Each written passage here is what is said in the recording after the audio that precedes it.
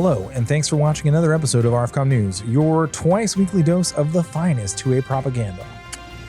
What's up, y'all? You may notice our resident news bot is currently undergoing maintenance, but the show must go on. So my name's Taylor, aka Store Brand Andrew or Spicy.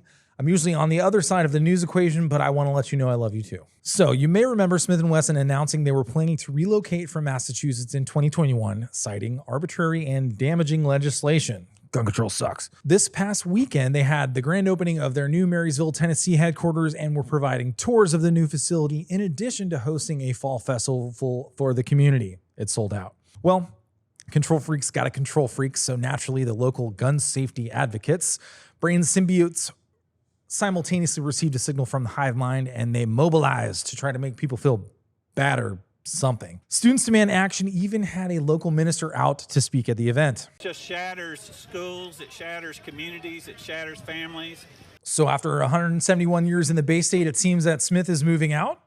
Well, sort of. Even with the headquarters and a large percentage of their operations moved, it seems they will still continue to manufacture revolvers in Massachusetts for the time being. And I will still continue to wish for an M&P that takes Glock banks.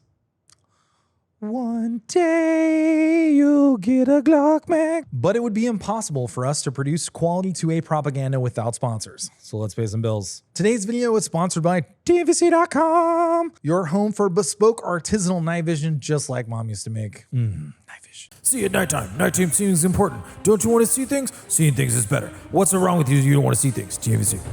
And by Springfield Armory. Their new Echelon can mount virtually any micro red dot and has a modular fire control group. And by Volpro, proudly manufacturing the finest American safes, vault doors, safe rooms, and storm shelters. I don't know about you, but when the ATF is told no, it makes my heart happy. Judge Reed O'Connor of the North District of Texas Court released a preliminary injunction related to the National Association of Gun Rights versus Garland case. So this is pertaining to rare breed and other force reset triggers. So in addition to the plaintiffs, the preliminary injunction covers the NAGR and Texas gun rights organizations and their members. That means this is not a nationwide injunction. But we always encourage you to become members of 2A gun rights organizations regardless, because they're the ones putting in the work out there, keeping those lawyers fed and watered. And maybe you know somebody who got rid of their FRT trigger.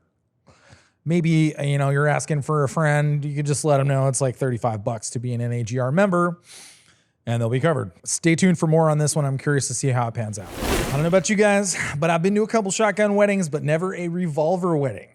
A 62-year-old man officiating a wedding over the weekend in Nebraska discharged a blank round into the shoulder of his grandson. Let's just all do it together. Ugh. So the man had loaded the blank round into his Pieta 1860 snub-nose revolver in an attempt to corral the wedding guests by firing a round into the air. This sounds like a pretty wild party, not gonna lie. But the hammer slipped while being cocked, discharging the pistol into his grandson. Thankfully, the injury was not life-threatening and the little dude should be okay. My favorite part of the story in particular is the fact that it indicates he made the .45 Colt blank round himself by adding black powder and glue. One would assume that this has some relation to the level of competency in his firearms handling, but let's be real, we all know complacency kills. No mention in the story about the part where he was flagrantly pointing a gun at his grandkids, but we can chalk this one up under the 4 rules files. Well, gang, it's been a pretty wild week in world news, and we don't do world politics, and there's a lot of coverage out there already. However, it really did get me thinking about gun control versus an armed populace, about medical equipment and training. So the Israeli Minister of National Security chose to relax their extremely restrictive rules for civilian gun ownership on Monday. And while it's still rather draconian by our standards and far from perfect, it seems to be a step in the right direction, allowing more people to buy and carry firearms. Unfortunately, they weren't out there handing out rifles and ammo to anyone that wanted them, but I'll keep dreaming. We live in an interesting timeline, folks. The gun control argument in the US would be a little different right now in an alternate reality with the roles reversed. Thankfully, we're not there yet. So bottom line, get the tools you need and get some training. You are your own first responder. And remember, keep your rifle by your side. And now, for your moment of zen.